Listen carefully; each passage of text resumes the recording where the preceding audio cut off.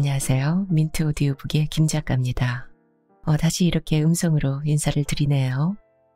이번에는 소설 이중섭이라는 책을 낭독을 합니다. 엄청 긴 장편이라서 먼저 이렇게 인사를 드리고 시작을 하려고요. 텔레비전 드라마로 제작이 돼서 방영됐던 사임당 기황후 아시죠? 이 작품의 저자이기도 합니다. 작가에 대한 자세한 사항은 설명란에 써놓았어요. 참고하시면 되겠습니다. 자, 이 최정주 작가는요, 이중섭 화가의 삶과 그림 작품을 접한 후부터 40여 년을 가슴에 심어두고 잊지 않고 있었다고 합니다. 그러다가 이중섭 화백 탄생 100주년이 되는 2016년에 이 소설을 세상에 내놓게 되는데요. 책 앞부분 작가의 말에 보면요. 이중섭 화백과 동시대를 부대끼며 살았던 벗들, 그리고 그리움이고 눈물이었던 이중섭 화백의 가족들에게 누를 끼치지는 않을까 조심스럽다라고 하셨습니다. 저 또한 제 낭독이 그러지는 않을까 참 조심스럽습니다. 자, 또 한동안 긴 여정이 시작될 텐데요. 김대성 장편소설 애인처럼 함께 떠나보시죠. 끝으로 소설 이중섭의 낭독을 허락해 주신 도서출판 세시에 진심으로 고맙습니다. 최정주 작가의 소설 이중섭 시작합니다.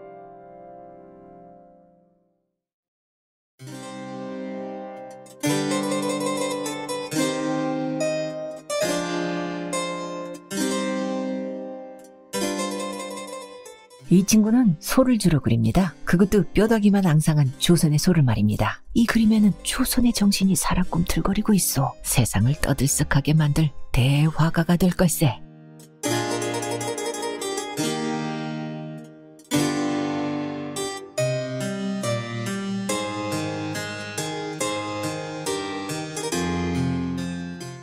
소설 이중섭 최정주.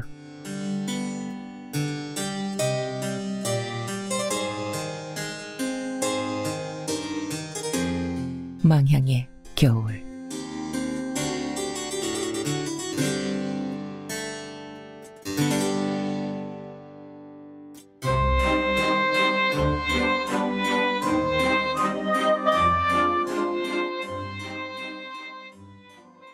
덜컥 덜커덕 길상사 공원의 삼나무 숲을 지나온 바람이 아파트의 창문을 흔들었다. 가끔 후두둑거리는 소리가 들리는 걸로 보아 제법 굵은 눈발도 날리는 모양이었다. 이중섭은 방금 완성한 소를 들여다보았다. 손가락이 어는 줄도 모르고 그린 소였지만 눈에 차지 않았다. 혼이 들어있지 않아. 조선의 혼이. 이건 죽은 소야. 그림을 한쪽으로 밀쳐놓고 고개를 들어 창밖을 바라보았다. 내 새끼 둥섭이 애미 좀 먹고 싶어? 어떻게 그 먼 일본 땅에서 살고. 문득 어머니의 목소리가 귀청을 후려쳤다. 그가 우산 학교를 졸업한 지 1년 만에 일본으로 유학을 가겠다고 하자 어머니가 한없이 사랑스런 눈빛으로 자식을 바라보며 중얼거렸다. 덜컥 덜컹 덜커덕. 또 바람이 불었고 바람이 불 때마다 창문이 흔들렸다. 바람결에 얼핏 알싸한 삼나무 향기가 풍겼다. 이중섭은 이날따라 얼굴이 푹 파묻힐 만큼 넉넉한 어머니의 가슴이 못 견디게 그리웠다. 어머니에 대한 그리움과 추위를 털어내기 위해 몇 번 진저리를 치다가 새까맣게 먹칠해 놓은 담뱃갑 은지 한 장을 들고 이불을 둘러쓰고 엎드렸다. 날카로운 칼끝이 지날 때마다 검은 은지에는 조선의 산이 일어서고 나무며 골짜기가 은빛으로 드러났다. 그리고 마지막으로 칼끝이 몇 번 더 지나가자 골짜기에 서서 하늘을 바라보고 있는 한 여인이 모습을 드러냈다. 어머니였다. 어머니가 고향의 뒷산에 서서 아들을 기다리고 있었다. 뼈만 앙상한 소를 그렸을 때보다 가슴이 따뜻해졌다. 이중섭은 완성된 은지 그림을 가슴에 품고 어머니에 대한 그리움을 달랬다. 오마니. 그가 나직이 중얼거렸을 때였다. 똑똑똑. 조심스레 문을 두드리는 소리가 들려왔다. 처음에는 창문을 흔들고 지나가는 바람소리인가 했다. 그러나 바람소리는 아니었다. 문을 두드리는 소리는 끈질기게 이어졌다. 이중섭은 부스스 몸을 일으켜 출입문을 열었다. 아무도 없는 줄 알고 돌아서려던 방문객이 고개를 돌렸다. 이중형 광석이었다. 형! 이중섭이 깜짝 놀라며 반겼다. 있었구나, 집에. 이모님의 선물이다. 이것부터 받아라. 이광석이 손에 들고 온 고추장 단지와 밑반찬이 들어있음이 분명한 보따리 2개를 넘겨주며 아파트 안으로 들어섰다. 이불 위에 그냥 앉아, 형. 이중섭이 뭉개진 이불을 적당히 펴며 염치 없는 웃음을 흘렸다. 광석이 손바닥으로 방바닥을 쓸며 얼굴을 찡그렸다. 잘못하다가는 엉덩이에 동상이라도 걸리겠구나. 혼자 있니? 하고는 방학이라고 고향에 다니러 갔어. 아무리 혼자 있어도 그렇지 이런 냉방에서 지내면 속으로 골병 든다. 그러잖아도 이모님의 걱정이 여간 아니시던데 네가 이렇게 살고 있는 것을 아시면 아마 당장에 현해탄을 건너오셔서 보따리를 싸라고 난리가 날 것이다. 아침마다 냉수마차를 하니까 난 괜찮아. 형이야 어차피 곧 갈 거 아니야. 오마니는 멀리 계시고. 왜 방이 따뜻하면 그림이 안 된다고는 안 하냐? 꼭 이렇게 티를 내야만 좋은 그림이 그려지는 거냐? 광석은 여전히 못마땅한 표정이었다. 와세다 대학의 법과에 다니고 있는 그는 의도적인 것처럼 보이는 이중아우의 고행이 영 마음에 들지 않는 모양이었다. 이중섭이 얼굴에 웃음을 띤 채 대꾸했다. 사실은 그렇기도 해. 따뜻한 방에서 어떻게 비쩍 마른 조선의 소를 그릴 수가 있겠어. 계속 소만 그리다가는 네가 제명대로 못 살겠구나. 광석이 조금 전에 그려놓은 소 그림에 흘낏 눈길을 던지며 핀잔을 주었다. 일찍 죽어도 좋으니까 제대로 된 소 한 마리만 그렸으면 좋겠어. 정말 혼이 깃들어 있는 조선의 소를. 이중섭이 슬며시 일어나 조금 전에 그려놓은 소 그림을 한쪽으로 엎어놓으며 중얼거렸다. 광석이 그림을 아예 앞에다 가져다 놓고 들여다보았다. 자신의 마음에 들지 않는 소 그림을 타인이 보고 있다는 생각에 이중섭의 얼굴이 후끈 달아오르는데 광석이 고개를 갸우뚱했다. 네 소가 많이 달라졌어. 이건 예전의 소가 아니구나. 그래, 내가 방학을 맞아 귀국하기 전보다 소가 더 말라있어. 이렇게 뼈다귀만 앙상한 소가 조선의 소란 말이지. 광석이 이중아우를 빤히 바라보았다. 사실은 조선 사람의 모습이야, 형. 이런 말이 나오려는 것을 이중섭은 꿀꺽 삼켜버렸다. 이건 조선의 소가 아니야, 형. 소 그림일 뿐이야. 누구나 이런 그림은 그릴 수가 있어. 이중섭이 그림을 한쪽으로 치워버리면서 조금은 화난 듯한 말투로 쏘아붙였다. 광석이 흠칫 눈을 크게 떴다. 네가 그렸다면 조선의 소가 분명하잖니. 내가 이해할 수 없는 것은 네가 그린 조선의 소가 왜 이렇게 말라있느냐는 거야. 조금은 살찐 소를 그릴 수도 있지 않을까? 모르겠어, 나도. 소를 그려야겠다고 생각하고 소를 떠올리면 비쩍 마른 소가 머릿속에 그려져. 그걸 화지에 옮기고 보면 뼈다귀만 그리게 되고 소에게 살을 입히려다 보면 왠지 죄스러워지고 그래. 이중섭의 눈에 그늘이 어렸다. 그 모습을 들여다보며 광석이 물었다. 죄스러워져? 누구한테? 조선의 소한테. 그렇잖아, 형. 조선의 소는 고생을 많이 하기 때문에 살이 찔 수가 없잖아. 그런데 디룩디룩 살이 찐 소를 그려봐. 소들이 속으로 얼마나 못마땅하겠냐고. 이번에는 이중섭이 천진스레 웃었다. 그러나 광석은 고개를 내저었다. 아니, 내 생각은 그렇지 않아. 그래, 이건 조선 사람의 모습이야. 넌 지금 소를 핑계로 조선 사람을 그리고 있는 거라고. 일제에 수탈당하고 핍박받아 메마를 대로 메마른 조선 사람을 그린 것이 틀림없어. 이걸 그리면서 아파했을 네 고통을 알 것 같아. 광석이 안쓰럽다는 표정으로 이종아우를 찬찬히 바라보았다. 형한테 들켜버렸네. 너 자신에게 좀 너그러워질 순 없니? 이 추운 겨울에 꼭 냉방에서 잠을 자며 이런 그림을 그려야겠냐고. 그것이 마음이 편해서 좋아, 형. 아직은 추위에 주눅이 들 만큼 세상을 살아버린 것도 아니니까. 새벽에 길상사 공원의 연못에서 냉수마찰을 하는데 찬물 속에 몸을 담그면 머릿속이 유리알처럼 맑아져. 언젠가 하구가 내 방에 불을 피워놓았는데 정신이 흐리멍텅해지더라니까. 정신은 몰라도 육신이 견뎌내지를 못하니까 이런 추위는. 아직은 육신도 끄떡없어. 오랜만인데 술 한 잔 안 사줄 거야? 이중섭이 먼저 자리에서 일어섰고 광석이 그러잖아도 한 잔 하려고 왔다면서 따라 일어섰다. 그때 이불 밑에 깔려있던 은지 그림이 비죽이 모습을 드러냈다. 그걸 얼른 치우려는데 광석이 먼저 발견하고 주워들었다. 뭐냐 이건? 은지 그림이야, 은지. 은지?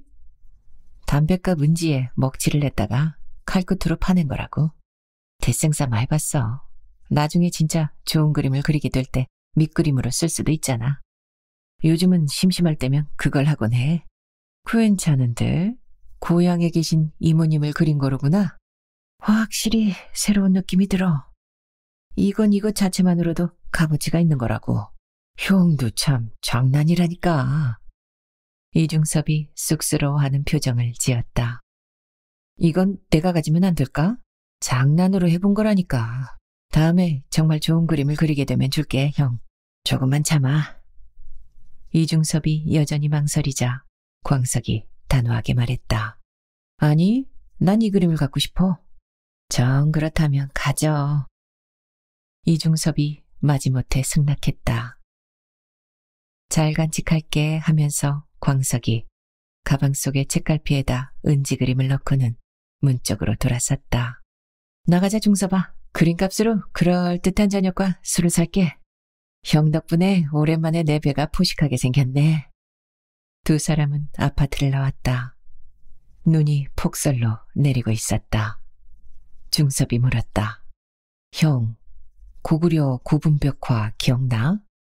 그건 왜? 우리 어렸을 때 그 안에 들어가서 숨바꼭질도 하고 그랬잖아. 조선에 있을 때는 까맣게 잊고 있었는데 일본에 오니까 그것이 선명하게 떠오르더라니까. 말을 달리면서 활을 쏘는 고구려 부사들의 모습이 말이야. 이중섭의 말에 광석이 그렇구나 하고 새삼스레 뭔가를 깨달은 듯 고개를 주걱거렸다. 네 은지 그림 말이다. 아까부터 어디서 본 것 같은 느낌이 들었거든. 그런데 네 말을 듣고 보니까 고구려의 벽화와 비슷하다는 생각이 들어. 선의 형태가 말이야. 또 형한테 들켜버렸네. 눈발이 더욱 굵어졌다. 쌓인 눈을 견디지 못한 삼나무 가지들이 아래로 쭉 쳐져 있었다. 어쩌면 오늘 밤에는 삼나무 가지들의 쭉쭉 찢어지는 소리를 들을지도 모르겠다고 이중섭은 생각했다. 문화학원의 여학생들은 어떠니? 혹시 너 재미를 그만두고 문화학원으로 옮긴 것이 여학생들의 자유분방한 모습이 좋아서 그런 건 아니냐? 광석이 입가에 웃음을 흘렸다. 이중섭이 일본에 건너와서 가마다에 있는 미술연구소에 다니다가 처음 입학한 곳은 동경제국 미술학교였다. 그러나 그곳은 이중섭의 성격에 맞지 않았다. 학교의 체제가 관료적이었으며 학생들조차도 귀족의 티를 내려고 안달을 했다. 자유스러운 예술혼을 가꾸어가는 여유랄지 낭만 같은 분위기가 없었다. 조금씩 흥미가 떨어지던 1학년 끝 무렵에 어느 날 스케이트를 타다가 다리를 다쳐버렸다. 치료한다는 핑계김에 1년여를 쉬고 나니까 같이 입학한 동급생들은 벌써 3학년이 되어 있었다. 이중섭은 풍문으로 들었던 문화학원의 자유분방한 분위기에 끌려 내친 김에 학교를 옮겨버렸다. 문화학원은 모든 것이 자유스러워. 학생도 자유스럽고 교수도 자유스럽고 예술가 지망생들에겐 낙원이나 마찬가지지. 그리고 내게 무엇보다 좋은 것은 조선 학생을 일본 학생들과 똑같이 대해준다는 점이야. 이중섭이 2년 동안 느낀 것을 사실대로 털어놓았다. 여학생들이 절반이나 되니까 연애의 천국이기도 하고. 어때? 좋은 여학생은 사귀었냐? 여학생을 보면 모두가 꽃으로 보여 사귀기가 겁이 나. 강렬한 눈빛으로 다가오는 애들도 덜어 있는데 그럴 때면 내가 먼저 도망을 가버리지. 재미의 여학생들은 남학생에게 먼저 눈길을 주는 일이 없었거든. 그런데 문화학원의 여학생들은 마음에 드는 남학생이 있으면 서슴없이 다가오기도 한다고. 뜨거운 눈빛으로 말이지. 그러면 넌 도망을 치고 쫓아오는 꽃을 피해 나비가 도망을 간다는 얘기는 또 처음 듣는군. 광석이 웃음을 터뜨렸다. 이중섭이 조금 얼굴을 붉히며 말했다. 사실은 첫눈에 확 끌리는 여자를 아직 발견하지 못했어. 그 덕분에 데이트할 시간까지 그림에 몰두하고 있었지만 큐피트의 화살은 언제 어디서 날아올지 모르니까 아무튼 조심하거라. 이번에 이모님을 만났을 때 행여 일본 여자를 며느리로 맞아들일까 걱정하고 계시더라. 그런 일은 없을 거야. 난 조선 여자를 좋아하니까. 그런 얘기를 나누는 사이에 두 사람은 길상사 공원을 빠져나와 전차가 다니는 큰 길로 들어섰다. 어느새 날은 어두워져 있었고 가게에서 흘러나온 불빛이 휘황찬란했다. 광석이 이중섭의 어깨를 툭 치고는 한 카페로 씩씩하게 들어갔다. 르네상스라는 글자가 오색으로 빙글빙글 돌아가고 있었다. 카페 안은 빈자리를 한참 두리번거려 찾아야 할 만큼 손님들로 꽉 차 있었다. 주로 젊은이들이었다. 중간중간에 재미의 교복이 보였다. 기모노 차림의 앳된 여자가 맥주와 안주를 테이블 위에 놓고 간 다음이었다. 옆자리에서 유난히 목소리가 큰 중년의 사내 하나가 떠들어대고 있었다. 그 사내를 중심으로 100명의 젊은이가 둘러앉아 있었다. 그 중에 2명은 학교의 캠퍼스에서 몇 번인가 본 일이 있는 눈에 익은 얼굴이었다. 그러나 아직 그쪽은 이쪽을 발견하지 못하고 있었다. 맥주 한 잔을 마신 이중섭의 귀가 저절로 그쪽으로 기울어졌다. 낯익은 얼굴이 있기도 했지만 목소리 큰 중년의 사내가 혹시 프랑스 화단에서 화려한 활동을 하다가 귀국했다는 즈다 세이시우가 아닌가 싶어서였다.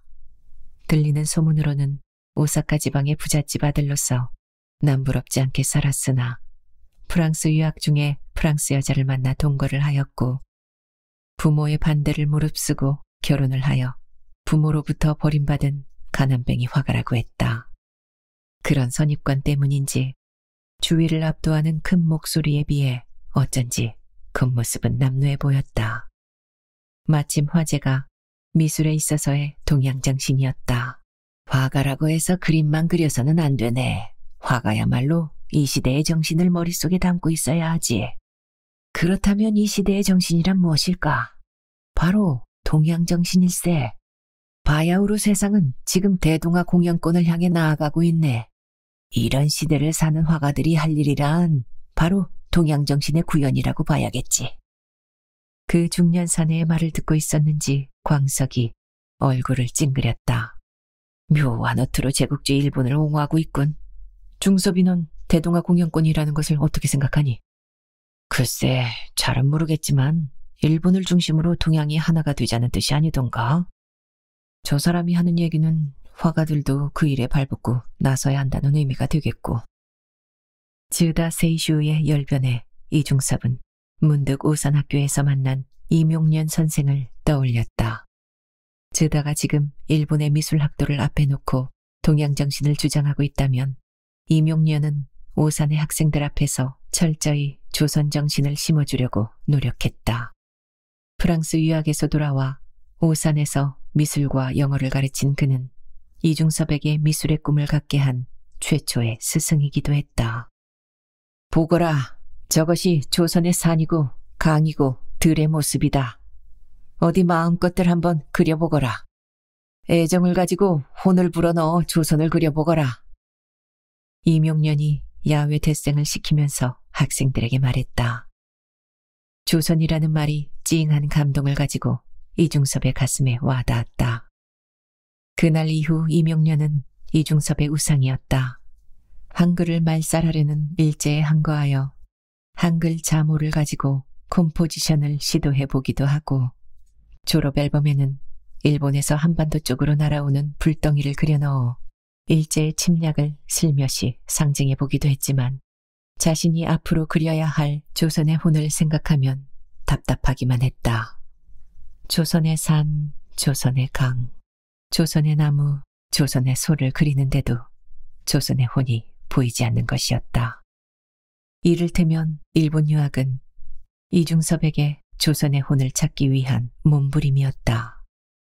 그리고 그걸 권해온 것도 이명년이었다. 조선에서 조선이 보이지 않으니 전 틀린 놈이죠, 선생님. 어느 날 스케치북을 들고 이명년을 찾아간 이중섭이 하소연을 했다. 스승은 그동안 이중섭이 스케치한 스케치북부터 펼쳐보았다. 어디 보세, 소를 많이 그렸군. 자네 대생은 역시 뛰어나. 대생만으로 따진다면 20여 년을 그림만 그려온 나보다 나아. 그런데 뭐가 문제인가? 제자의 스케치북을 고개를 끄덕이며 혹은 눈을 크게 떠 놀라움을 표시하며 어느 곳에선가는 고개를 갸우뚱하면서 찬찬히 살펴본 이명년이 말했다. 선생님께서 말씀하신 조선의 혼이 보이지 않습니다. 그것이 답답하고 미칠 지경입니다. 너무 성급한 것이 아닌가?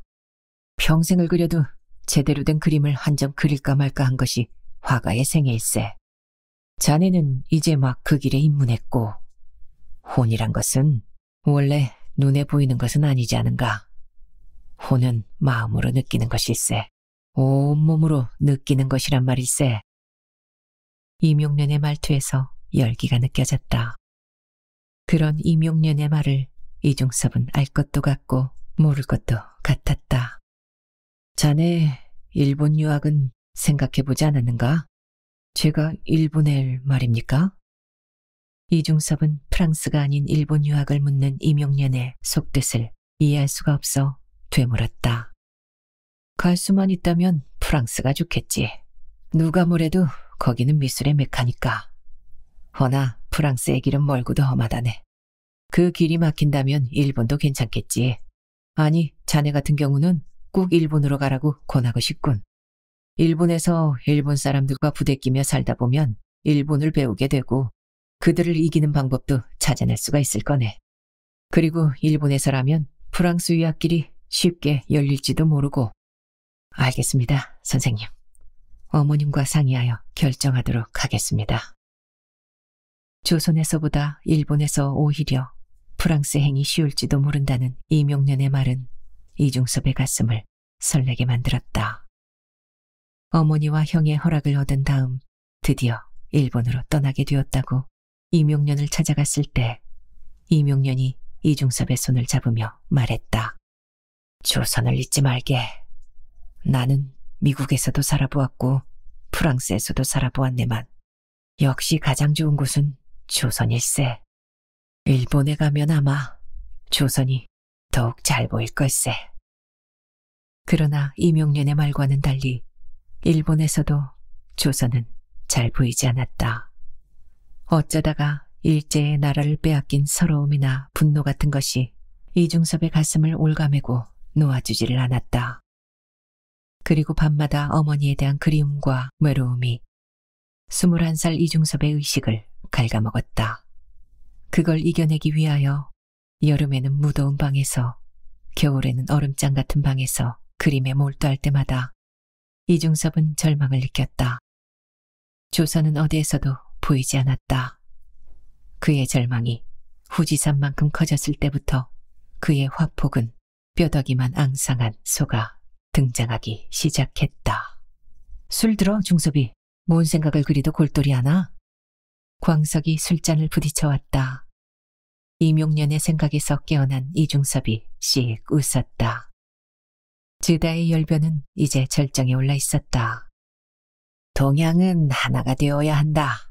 미술도 하나가 되어야 하고 문학도 하나가 되어야 하며 음악도 하나가 되어야 한다. 하나가 되는 것만이 동양이 서양보다 우수할 수 있다. 서양을 이길 수 있다. 사람은 어떻습니까, 선생님? 문화학원의 캠퍼스에서 몇 번 마주친 일이 있는 얼굴 익은 젊은 친구가 물었다. 저 친구가 아마 스즈키던가 하고 이중섭이 생각하는데 즈다의 우렁찬 목소리가 들려왔다. 그야 물론 하나가 되어야지. 사람이 하나가 되지 않고서야 어찌 사람이 하는 예술이라는 것이 하나가 될 수 있겠는가. 즈다가 큰 소리로 대꾸했다. 광석이 얼굴을 찡그리며 전형적인 일본 우월주의자로구만 하고 중얼거렸다. 형 말이 맞아. 이중섭이 고개를 끄덕일 때였다. 낯익은 젊은 친구가 무심코 이쪽을 흘끔 바라보았다. 그리고 다음 순간 눈을 크게 뜨고 이중섭을 찬찬히 살피다가 벌떡 일어나 다가왔다. 아고리상이 맞지? 스즈키가 눈웃음을 치며 손을 내밀었다. 아, 스즈키상. 이중섭이 내민 손을 잡으며 희미한 웃음을 띄었다. 방학인데 집으로 돌아가지 않았군. 난 조선 학생들이 보이지 않아서 모두 조선으로 돌아간 줄 알았지. 요즘도 죽기 살기로 그림에만 매달리는가? 하여튼 아구리상의 집념은 알아주어야 한다니까. 아참, 나를 따라오지. 내가 아구리상한테 소개해줄 분이 있어. 스즈키가 흘끔 즈다 쪽을 돌아보았다. 즈다 세이슈 선생이라고 프랑스화단에서 활동하다 귀국하신 화가지. 고양이 그림을 특히 잘 그리는, 아마 새학기부터 우리 학교에서 미술을 가르치실 모양이라고. 미리 인사라도 나누는 것이 좋지 않겠어? 글쎄. 조금 전에 떠들어대던 동양정신이랄지 동양은 하나가 되어야 한다던 말들이 마음에 걸려 이중섭이 망설였다. 그러자 스즈키가 손을 잡아 끌었다. 부끄러워할 것은 없다고, 아구리상. 다녀와. 미리 인사를 나누는 것도 좋겠지. 광석이 말했다. 이중섭이 마지못해 스즈키를 따라갔다. 즈다 세이슈가 흘끔 올려다보았다. 눈빛에서 열기가 느껴졌다. 즈다 선생님, 조선에서 온 이중섭 군입니다. 문화학원의 루오라고 소문이 난 친구죠. 그래, 눈빛이 소처럼 순하구만. 난 즈다 세이슈이세. 신문지상에서 선생님의 성함은 여러 번 배웠습니다. 이군도 내 허명을 본 모양이군. 헌데 문화학원의 루오라고? 느닷없는 물음에 이중섭이 당황하여 얼굴만 붉히고 있자 스즈키가 대신 대꾸했다. 원래는 동경제국 미술학교를 다녔는데 우리 학교로 옮겨왔죠. 이중섭 군의 굵고 힘찬 대생선을 보고 어떤 선생님이 붙여준 별명입니다. 스즈키의 말을 들은 즈다가 물었다. 리군은 루오를 좋아하는가? 아닙니다, 선생님. 전 루오에 대해서 잘 모릅니다. 잘 모른다. 하긴 리군이 루오의 가슴속에 들어가 보지 않았는데 어떻게 루오를 알겠는가? 헌데 리군, 그림에 목숨을 걸 자신이 있는가? 만약 누군가가 목숨이냐 그림이냐를 놓고 선택을 강요했을 때 그림을 택하겠노라고 자신있게 대답할 수 있겠느냐는 말이지. 즈다의 목소리가 불쑥 커졌다. 나름대로 열심히 하고는 있습니다만 목숨을 걸어야겠다는 생각까지는 안 해봤습니다. 그 대답이 마음에 드는군. 내 생각은 이렇네. 예술가에게 있어 가장 소중한 것은 자유이고 예술가의 삶의 의미는 오직 창작에 있네. 전 아직 그럴 단계도 아닙니다. 좋은 화가가 될 것 같은 예감이 드는군. 리군의 첫인상이 말일세. 오늘 반가웠네. 즈다의 눈길이 다른 일행에게로 돌아가는 것을 보면서 이중섭은 저 그럼 다음에 뵙겠습니다. 하고 광석이 기다리고 있는 자리로 돌아왔다. 혼자 자작을 해서 마셨는지 주문한 술병은 어느새 모두 비어 있었다. 더 할까, 술? 광석이 물었다. 아니, 이중섭이 고개를 젓자 광석이 자리에서 일어섰다. 밖에는 조금 전보다 더욱 굵어진 눈발이 내리고 있었다. 다시 길상사 공원길로 들어섰을 때 광석이 물었다. 아까 일본 친구가 너한테 아구리상이라고 하던데 그게 무슨 소리지? 아, 그거? 내 턱이 길다고. 이시희 교수가 붙여준 별명이야. 이중섭이 싱거운 웃음을 흘렸다. 문어학원의 분위기가 괜찮은 모양인데 학생들의 별명까지 붙여주는 교수도 있고. 잘 자거라. 아파트 입구에서 광석이 돌아섰다. 내리는 눈발 사이로 그 모습이 사라질 때까지 이중섭은 그 자리에 돌처럼 서 있었다. 홍하구가 돌아왔다. 그것은 이중섭의 겨울 집거가 끝났다는 뜻이기도 했다. 그가 스스로 작심한 소그림 100장을 마저 채우고 방안을 말끔히 치워놓은 며칠 후였다. 얼어 죽지 않고 살아있었구나. 얼어 죽긴. 아침마다 길상사공원에 연못에 가서 냉수마찰을 했는데.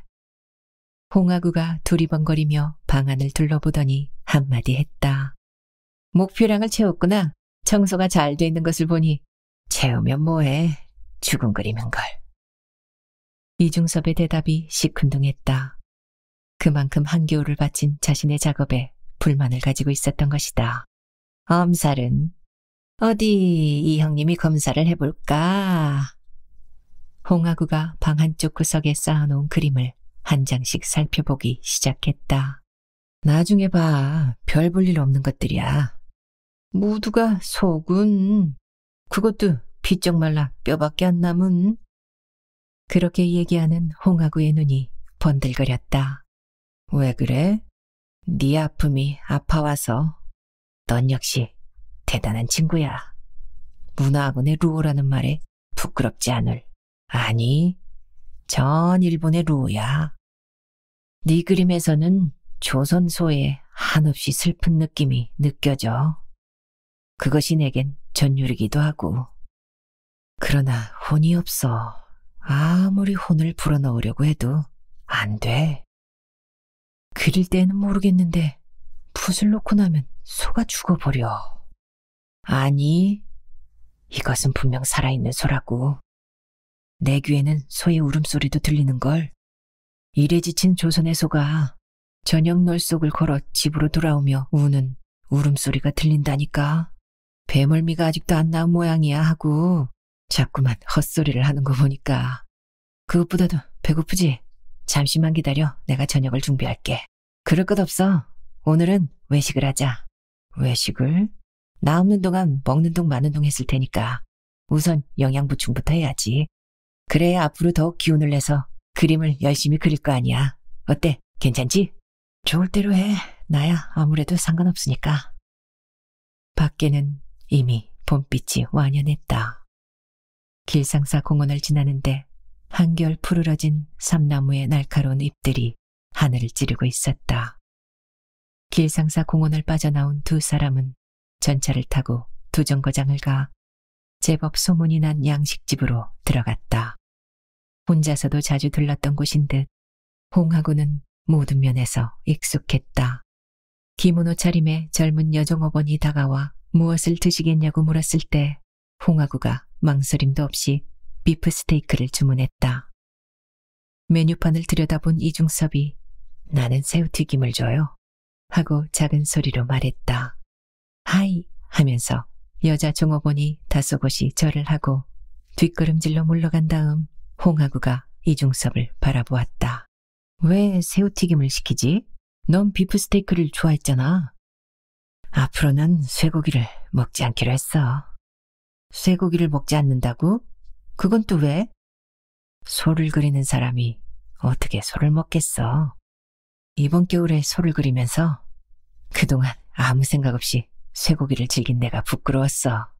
이건 일본 소인데도 너는 조선 소를 그리잖아. 어떻든 소는 소니까. 홍하구가 어처구니 없다는 표정을 지었으나 이중섭의 낯빛은 여전히 진지했다. 두 사람이 저녁을 먹고 밖으로 나왔을 때는 거리에 어둠이 내려앉고 있었다. 동경의 밤 불빛은 너무 현란해. 두 사람은 전차를 타고 두 정거장을 되돌아와 내렸다.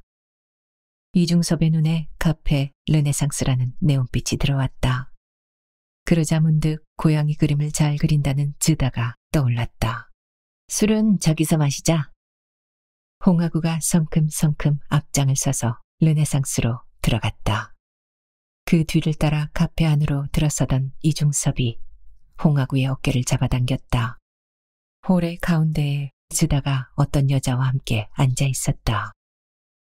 머리 색깔이며 눈빛으로 보아 아리스라는 그의 프랑스인 아내가 분명해 보였다. 왜 그래? 또 마음이 바뀐 거야? 홍하구가 돌아보았다. 이중섭이 눈길로 홀 중앙을 가리키며 작은 소리로 말했다. 저기 웬 이국 여자와 앉아있는 중년 사내 보이지? 털모자를 머리에 둘러쓰고 있는 저 사람이 어쨌다는 거야? 즈다 세이슈라고 프랑스에서 활동하다 귀국한 화가인데 다음 학기부터 우리 학교에서 강의를 할지도 모른다고 했어. 그래? 그렇다면 마침 잘 만났군. 학교에서 만나기 전에 미리 인사를 해두면 좋잖아.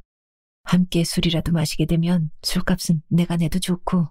아마 그래야 될 거야. 부모로부터 버림받은 가난한 화가라고 했으니까. 어쩌면 오늘 밤에도 누군가 술을 사줄 사람을 기다리고 있는지도 모르지. 아무튼 가자. 홍하구가 앞장을 서서 즈다 쪽으로 걸어갔다. 뒤를 따르는 이중섭의 마음은 조마조마했다. 워낙 활달하고 부침성이 있는 홍하구가 잘 해내리라고는 믿지만 요는 즈다의 반응이 문제였다. 즈다 앞에 우뚝 선 홍하구가 고개를 꾸벅 숙이면서 인사를 했다. 즈다 선생님 안녕하십니까? 즈다가 눈을 흘끔 들어 홍하구를 올려다보았다. 그는 누구지? 처음 보는 얼굴인데. 예, 저는 홍하구라고 문화학원 유학과에 다니고 있습니다. 원래는 문학부에 다녔습니다만 뜻이 있어 유학과로 옮겼죠. 아, 그런가. 반갑네. 즈다가 손을 내밀었다. 홍하구가 그 손을 잡을 때에 이중섭이 안녕하십니까? 하고 그제서야 인사를 했다. 우와, 아구리군. 자네도 왔구먼. 어느새 이중섭의 별명을 얻어들었는지 즈다가 활짝 웃으면서 손을 내밀었다. 이중섭이 그 손을 잡는데 홍하구가 말했다. 즈다 선생님, 저희들이 합석을 해도 되겠습니까? 선생님의 좋은 말씀을 듣고 싶습니다. 어이, 좋고 말고 여기에 나와 앉아있으면 반가운 사람을 만나 술을 얻어먹을 것 같은 느낌이 들어 초저녁부터 진을 치고 있었지. 앉으라고, 앉아. 즈다가 비어있는 자리를 손가락으로 가리키며 조금 유난하다 싶게 권했다. 술을 사줄 사람을 간절히 기다리고 있었던 모습이 역력했다. 그들이 프랑스 여자를 바라보며 멈칫거리자 즈다가 생각났다는 듯이 그녀를 소개했다. 아, 참, 자네들 인사하게 내 처일세. 자네들이 보다시피 프랑스산이지. 네, 프랑스 유학에서의 유일한 습득물일세. 아리스, 장차 내 제자가 될 젊은이들이요. 즈다가 자기 아내를 돌아다 보았다. 고개를 꾸벅 숙이며 인사를 하자 아리스라고 불린 즈다의 아내가 반가워요 하면서 활짝 웃었다. 자리가 조금 추슬러졌을 때 여종업원이 술잔을 가져왔다. 고개를 숙이고 물러가려는 여종업원을 홍하구가 붙들고 맥주를 몇 병 주문했다. 주문한 맥주가 오고 그걸 한 잔씩 마시고 났을 때 즈다가 새삼 이중섭을 바라보았다. 아구리군, 이시희 교수가 자네 칭찬을 많이 하더군. 그분이 저를요? 수업 시간이면 늘 꾸중만 들었는데요, 전. 이중섭에게 아골이라는 그럴듯한 별명까지 지어준 그는 수업 시간이면 이중섭에게 유난히 잔소리가 심했다. 아골이군의 대생은 특이하다고 하더군. 흰 석고상을 온통 먹탕으로 만든다면서. 처음에는 자네의 그런 대생 방법을 자네의 무성의로 오해했다고 하더군. 그런데 자네의 특이한 대생을 여러 번 보고 나니까 그런 기법이 자네 나름대로의 물체를 인식하는 방법이라는 것을 알겠더라고 하더군. 자네의 그런 굵은 선은 역시 루오를 본뜬 것인가? 즈다가 물었다. 그러자 이중섭이 고개를 저었다. 아닙니다, 즈다 선생님. 루오가 아니라고? 하면 피카소겠군? 피카소도 아닙니다. 제 굵은 선은 조선 도자기의 소박한 선과 고구려 고분의 벽화에서 느낄 수 있는 강인한 선에서 영향을 받았다고 볼 수가 있을 것입니다. 이중섭이 얼굴을 조금 붉히면서 말했다. 그래? 자네의 선은 순전히 조선의 도자기와 고구려 벽화에서 영향을 입었다는 말이지. 대단하군. 역시 아고리군은 문화학원의 루오로서 부끄러움이 없네. 이시희 교수가 자네를 주목하라고 한 이유를 알겠군. 자네를 만나서 반갑네. 지금부터는 자네의 조선 정신을 동양 정신으로 승화시켜보게. 즈다가 또 동양 정신을 들고 나왔다. 그의 동양 정신이라는 것의 끝이 어디에 닿고 있는지를 아는 이중섭으로서는 쉽게 예, 그렇게 하겠습니다 하고 수긍하기가 어려웠다. 홍하구와 즈다는 처음부터 죽이 잘 맞아들어갔다. 홍하구의 활달하고 부침성 있는 성격이 그렇게 만들었다. 몇 병의 맥주가 더 들어오고 아리스의 얼굴까지 불그스레 변했을 때 즈다가 이중섭을 바라보았다. 리구는 통 말이 없구먼. 원래 그렇게 말이 없는 사람인가? 저는 듣는 것이 즐겁습니다. 말이 없는 사람이 더 무섭지. 의외로 가슴속에 열정을 숨기고 있는 친구가 많거든. 전 그렇지도 못합니다. 이중섭이 유리컵을 만지작거리고 있는데 홍하구가 말했다. 이중섭 군은 이번 겨울에 그림을 100장이나 그렸습니다. 그래? 대단하구먼. 그래, 뭘 주로 그렸지? 즈다가 놀란 표정으로 물었고 홍하구가 신이 나서 대답했다. 이 친구는 소를 주로 그립니다. 그것도 뼈다귀만 앙상한 조선의 소를 말입니다. 안 봐도 짐작은 할 수 있겠네. 힘차고 굵은 선이 눈에 보는 듯 선해. 리군, 언젠가 내가 자네의 그림을 볼 수 있는 기회가 있었으면 좋겠네. 아직 선생님께 보여드릴 만한 수준이 못 됩니다. 그럴 수준이 되면 지도를 받겠습니다. 기다리겠네, 리군. 열심히 그리겠습니다. 이중섭이 고개를 꾸벅 숙였다가 들었다. 그때였다. 몇 명의 젊은 사내들이 들어와 즈다에게 큰 소리로 인사를 하며 쭉 둘러섰다. 그 중에는 재미의 교복도 하나 있었는데 아무래도 즈다에게 그림을 배우는 화가 지망생이 틀림없어 보였다. 이중섭이 홍하구의 옆구리를 쿡 찔렀다. 그만 일어서자는 이쪽의 뜻을 눈치챈 홍하구가 자리에서 일어섰다. 저희들은 이만 가보겠습니다. 지금까지의 술값은 저희가 계산하겠습니다, 선생님. 홍하구의 말에 즈다가 고개를 끄덕였다. 만나자마자 자네한텐 신세를 졌군. 고맙네. 별 말씀을 다 하십니다, 선생님. 앞으로도 종종 이런 기회가 있었으면 좋겠습니다. 자네가 원한다면 언제든지 시간을 내겠네. 그런데 참, 자네들은 어디에 살고 있지? 여기에서 멀지는 않은가? 아닙니다. 바로 지척입니다. 길상사 공원 건너에 미타카타이 아파트에 살고 있습니다. 홍하구의 대답에 즈다가 반기는 낯빛을 지었다. 아, 그런가. 나도 그곳에서 살고 있는데. 정말 잘 되었군요. 종종 찾아뵈어도 되겠습니까? 아, 좋고 말고. 즈다가 그만 가보라는 뜻으로 손을 흔들었다. 두 사람이 자리를 비워주자 그때까지 서서 기다리던 젊은 친구들이 차지하고 앉았다. 홍하구가 카운터에서 술값을 계산할 때였다. 자리에서 조센진이 어쩌고 하는 불만의 소리가 얼핏 들려왔다. 가만히 귀를 기울여 보니 재미의 교복이 즈다에게 무엇 때문에 조센징에게 그렇게 친절하게 대해주느냐고 불평을 털어놓고 있었다. 이중섭의 눈길이 저절로 그쪽으로 갔다. 즈다가 말했다. 자넨 참으로 옹졸한 사람이군.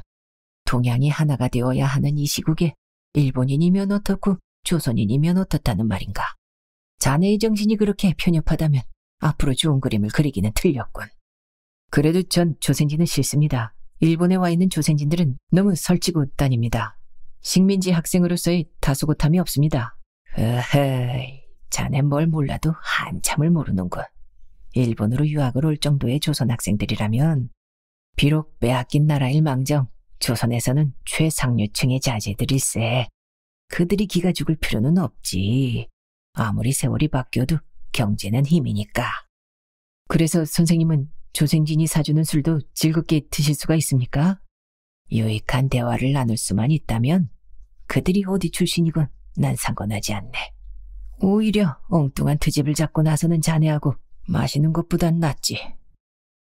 즈다의 말에 재미의 교복이 벌떡 일어섰다. 그러시다면 앞으로는 조센징들하고나 술을 마시십시오. 이 사람 옹졸하긴. 아무래도 자넨 그림을 포기해야 할 것 같네. 그것은 제가 알아서 할 일입니다. 도쿄의 화가가 선생님만 있는 것은 아닐 테니까요. 말을 마친 재미의 교복이 후닥닥 돌아서서 출구 쪽으로 걸어 나오다가 막 거스름돈을 받아든 홍하구와 어깨를 세차게 부딪혔다. 그리고 다음 순간 재미의 입에서 이 조생진이 하는 소리가 흘러나왔다. 홍하구가 어? 하고 있는 사이에 이중섭이 앞으로 나섰다. 이봐, 자네 방금 뭐라고 했지? 조센진이라고 했다. 왜? 재미의 교복이 눈을 부릅떴다. 순간 이중섭의 눈이 번들거렸다. 사과하게. 사과만 하면 자네를 용서하겠네. 이중섭의 단호한 말투에 재미의 교복이 어이없다는 표정으로 픽 웃었다. 이 조센진이 눈에 보이는 것이 없구만. 사과를 못하겠다면 어떻게 할 테야? 날 패기라도 하겠다는 것인가? 남의 나라에 왔으면 점잖게 굴어. 정말 사과를 못하겠는가? 못해. 좋아. 우리 잠깐 나갈까? 여긴 장사하는 집이니까. 더구나 즈다 선생님도 계시고. 이중섭이 앞장을 서서 르네상스를 나왔다. 재미의 교복이 어디 덤빌 테면 덤벼봐 하는 폼으로 어슬렁거리며 뒤를 따랐다. 왜 그래 중섭아, 네가 참아. 홍하구가 옆으로 붙어서며 말렸으나 이중섭의 입은 꾹 닫혀 있었다. 누가 먼저랄 것도 없이 그들은 길상사 공원으로 갔다. 삼나무에 기대서서 이중섭이 말했다. 사과를 해라. 난 조선에서부터 운동으로 단련된 몸을 가지고 있다. 너 하나쯤 때려눕히는 것은 아침마다 하는 냉수 마찰보다 쉽다.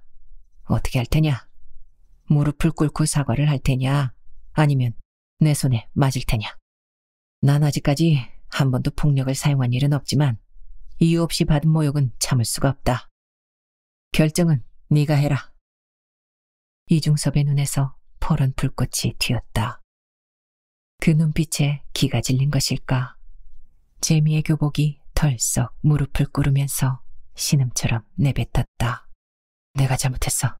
사과할게. 그 모습을 잠시 내려다보던 이중섭이 발길을 돌렸다. 그러다 정말 싸움이라도 하자고 덤비면 어쩌려고 그랬어? 한참을 걸어와서 홍하구가 물었다. 괜찮아. 내가 그 친구보다 세니까. 그걸 어떻게 알지?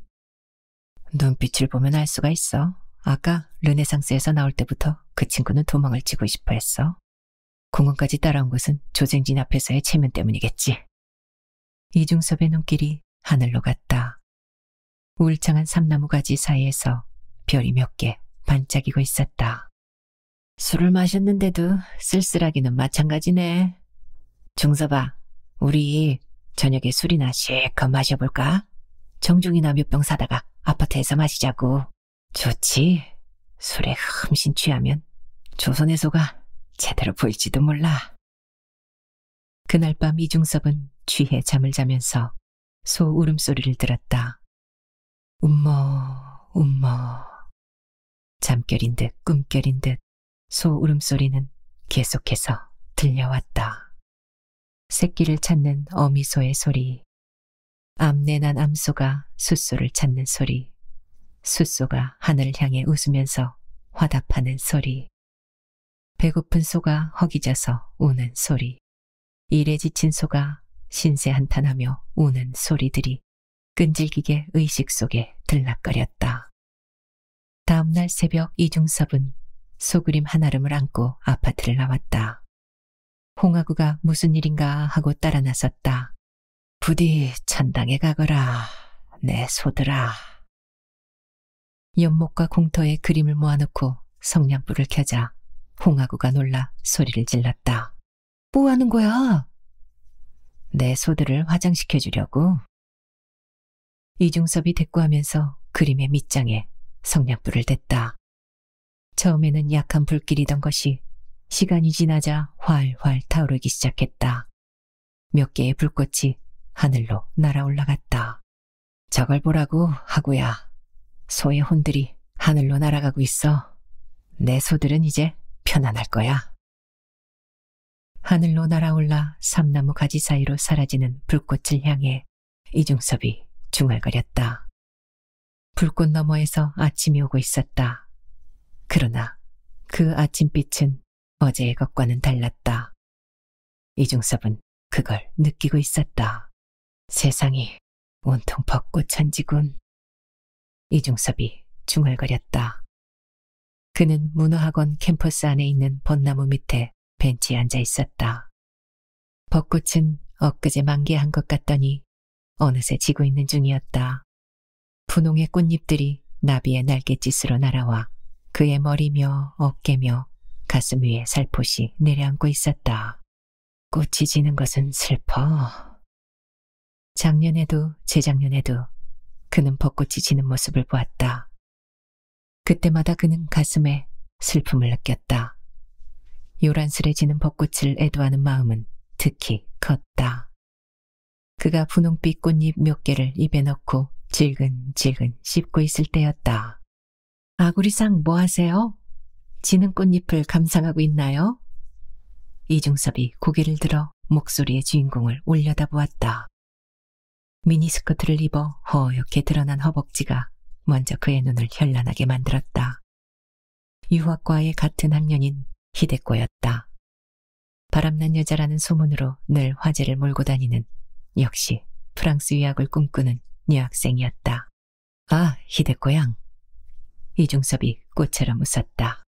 아구리상은 그 웃음이 좋아요. 사람을 미치게 한다니까요. 그런데 무슨 일이죠? 조금 전에 보니까 슬픈 표정을 짓고 있던데.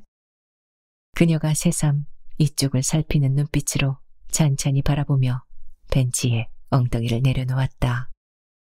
분홍빛 꽃비는 계속해서 내리고 있었다. 그걸 몇 개 손바닥에 받으며 이중섭이 대꾸했다. 꽃의 죽음을 애도하고 있었죠. 지금 지고 있는 것이 벚꽃인데도요. 그것은 일본의 국화고 벚꽃은 자기가 일본의 국화가 되어 있는 줄을 모를 거거든요. 하긴 그렇네요. 꽃의 마음과는 상관없이 사람이 정해놓은 것이지요. 꽃을 꽃으로만 바라보는 아구리상의 마음이 가슴을 치는군요. 아구리상, 나하고 술 한잔 하실래요? 아니요, 지금은 술을 마실 기분이 아닙니다. 이중섭이 자리를 털고 일어섰다. 다음 날이었다. 수업을 마치고 강의실을 나오는데 아구리꾼 하고 즈다가 이중섭을 불러 세웠다. 걸음을 멈추고 돌아보자 즈다가 성큼성큼 걸어와 어깨에 손을 얹고 나지막한 목소리로 말했다. 오늘 시간이 어떤가? 저녁에 내 아파트에 와줄 수 없겠나? 사실은 썩 괜찮은 양주가 한 병 생겼거든. 그렇잖아도 한번 찾아뵈려던 참이었습니다, 즈다 선생님. 이중섭의 대답에 즈다가 반가운 낯빛을 지었다. 그런가? 저녁에 기다리겠네. 그가 이중섭의 어깨를 툭 치고는 교수실 쪽으로 걸어갔다. 그 뒷모습을 잠시 바라보다가 강의실을 나왔다. 캠퍼스에서는 여전히 벚꽃비가 내리고 있었다. 누가 뭐래도 꽃이 지는 것은 슬퍼. 이중섭이 조금은 처량한 마음으로 떨어지는 벚꽃잎 속을 걸어가는데 벚나무 밑 벤치에 앉아있던 히데코가 아구리상 하고 반가운 목소리로 불렀다. 이중섭이 무심한 얼굴로 다가가자 그녀가 처량한 목소리로 말했다. 꽃이 지고 있어요, 아구리상. 그래서 슬퍼요. 히데코를 위로해주지 않으실래요? 조문은 한 번으로 쭉 한 겁니다, 히데코 양. 이중섭이 무뚝뚝하게 대꾸했다. 무슨 뜻이에요, 그건? 오늘 내겐 꽃의 죽음에 대한 감상이 없습니다. 조문은 어제 끝냈거든요. 이중섭이 걸음을 옮겼다. 아구리상 하고 부르면서 히데코가 쫓아왔다. 아구리상의 그림을 한 점 사고 싶어요. 그녀가 옆에 붙어서면서 엉뚱한 제안을 했다. 내 그림을 말입니까? 이중섭이 걸음을 멈추고 돌아보았다. 아구리상의 소그림이 좋다고 누군가 말했어요. 제게 한 점 팔 수 없나요? 비싼 값을 쳐드리겠어요. 난 그림을 팔지 않습니다. 아직은 학생 신분이고 그럴 만한 수준도 되지 않습니다. 아, 알았어요. 가보세요. 히데코가 고개를 푹 숙였다. 둘의 그런 모습을 지나가는 학생들이 흘끔거리고 있어 이중섭은 서둘러 그 자리를 떠났다. 그래도 히데코가 마음을 앓을 것을 생각하자 조금 우울했다. 홍하구는 아파트에 돌아와 있지 않았다. 이중섭은 커튼을 내려 방을 컴컴하게 만든 다음에 자리에 누웠다. 한숨 자고 일어나서 홍하구가 돌아오면 함께 지다를 만나러 갈 요량이었다. 눈을 감자 머릿속 가득히 어머니 얼굴이 떠올랐다. 그러나 밤을 새워 그림을 그린 피로가 그를 잠속으로 끌고 들어갔다. 분홍으로 지는 벚꽃잎 속에서 히데코가 하얗게 웃고 있는 모습이 얼핏 스쳐갔다. 그래도 그의 잠은 편안했다. 이중섭이 잠에서 깨어났을 때는 창밖에 어둠이 내리고 있었다. 기지개를 켜며 거실로 나와 홍하구의 방문을 열어보았다. 방은 텅 비어 있었다. 오늘따라 늦는군. 욕실에 가서 세수를 하고 지다에게 선보일 그림을 몇 장 골라보려고 그림 뭉치를 펼쳐보았다. 그러나 막상 고르려고 보니까 마음에 드는 그림이 없었다. 밤을 새운 작업의 결과들이 허망하게만 느껴졌다. 장점은 눈에 띄지 않고 단점들만 툭툭 튀어나왔다. 내 그림을 보고 나면 주다 선생님이 실망하실 거야. 차라리 그냥 찾아갈까? 그냥 찾아가서 주다 선생님의 그림이나 구경하고 올까? 그런 생각도 들었으나 그것은 배우는 제자의 도리가 아니었다. 오산학교에 다닐 때의 임용년도 그랬다. 어쩌다 제자가 빈손으로 찾아가면 여간 섭섭해하지 않았다. 자네 빈손으로 왔군. 나를 만나 한담이나 하자고 왔는가? 죄송합니다, 선생님. 다음에 나를 찾아올 때는 꼭 자네의 습작을 가져오도록 하게.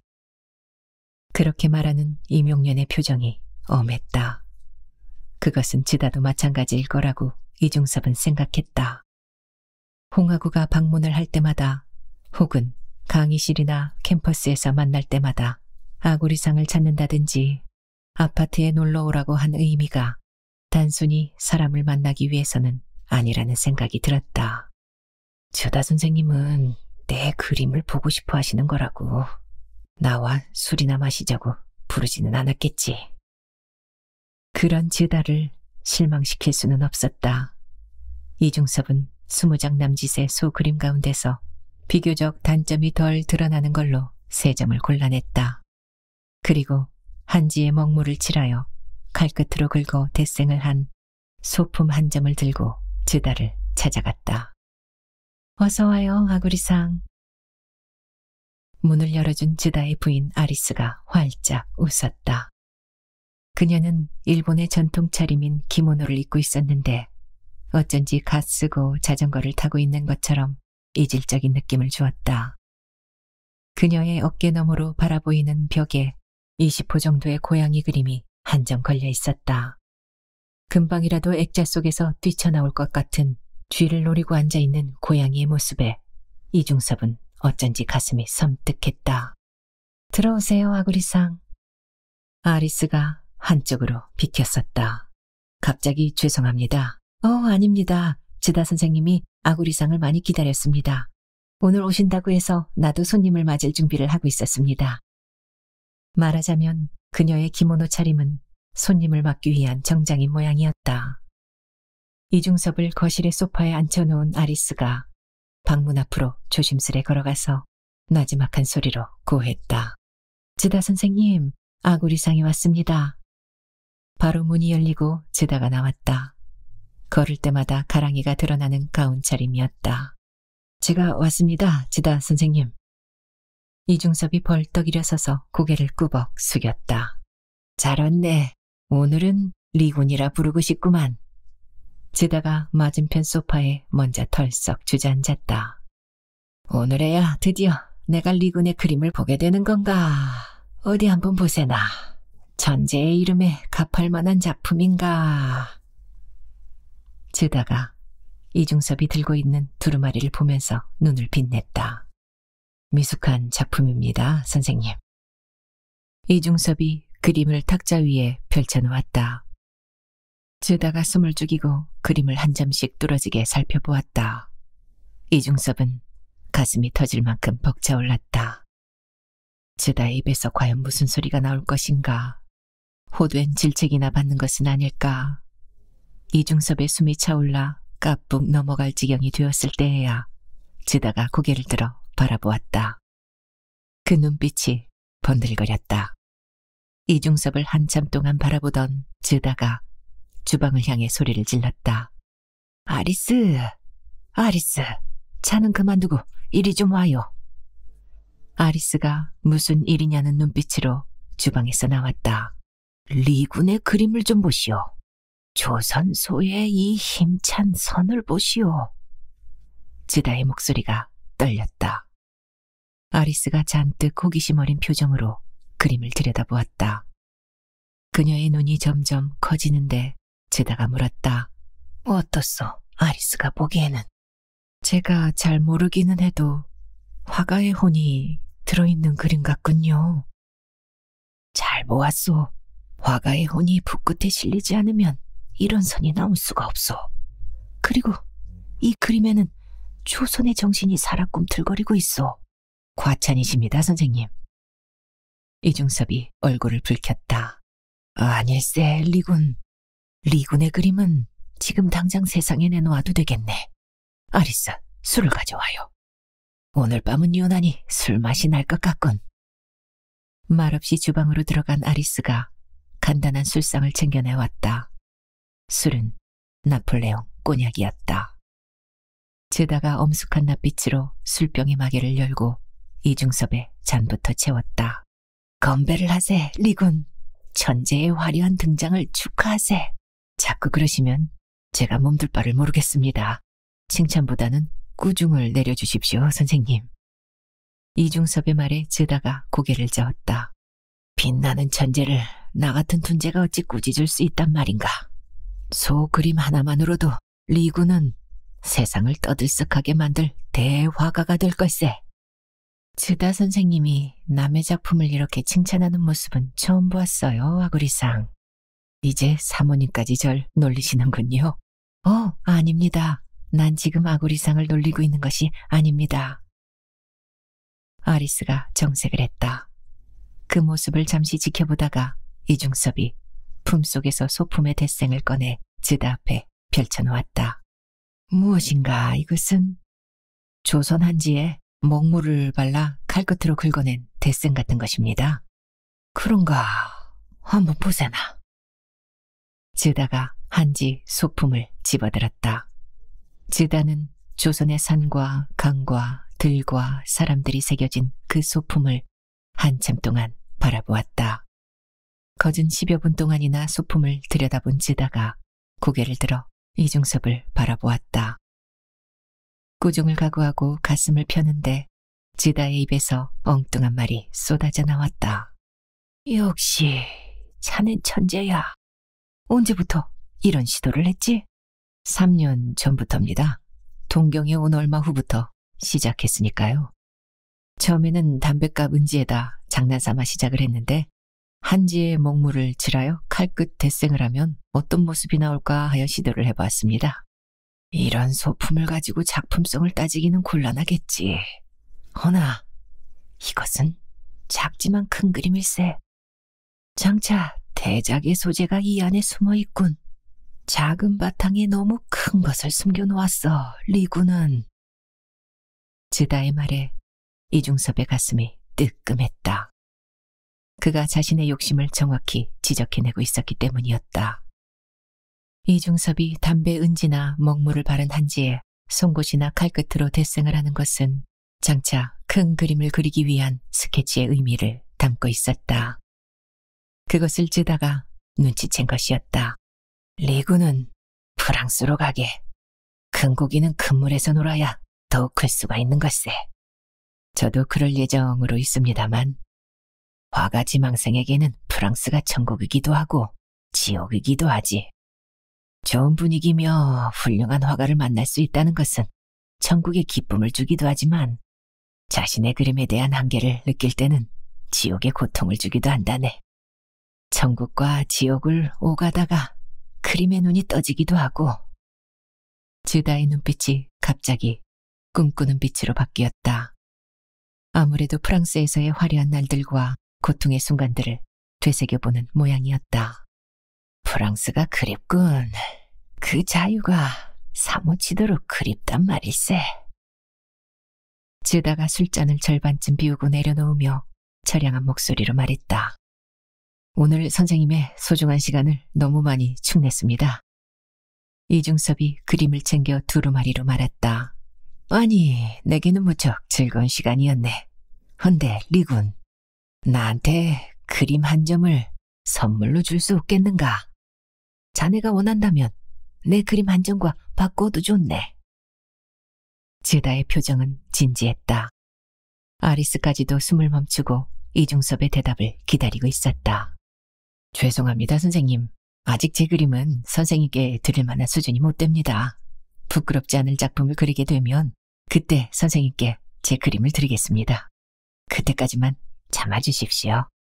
작품의 수준은 내가 판단하는데도. 즈다가 아쉽다는 눈빛을 지었다. 제 그림이 제게는 마음에 들지 않습니다. 이중섭이 그림 두루마리를 들고 일어섰다. 즈다가 다시 한숨을 내쉬며 따라 일어섰다. 즈다의 아파트를 나오자 긴장이 풀리면서 피로가 온몸으로 밀려왔다. 계단 앞까지 따라 나온 즈다가 리군을 위해서라면 언제든지 내 집의 문을 열어놓겠네 하면서 손을 내밀었다. 이중섭이 그 손을 가만히 잡았다.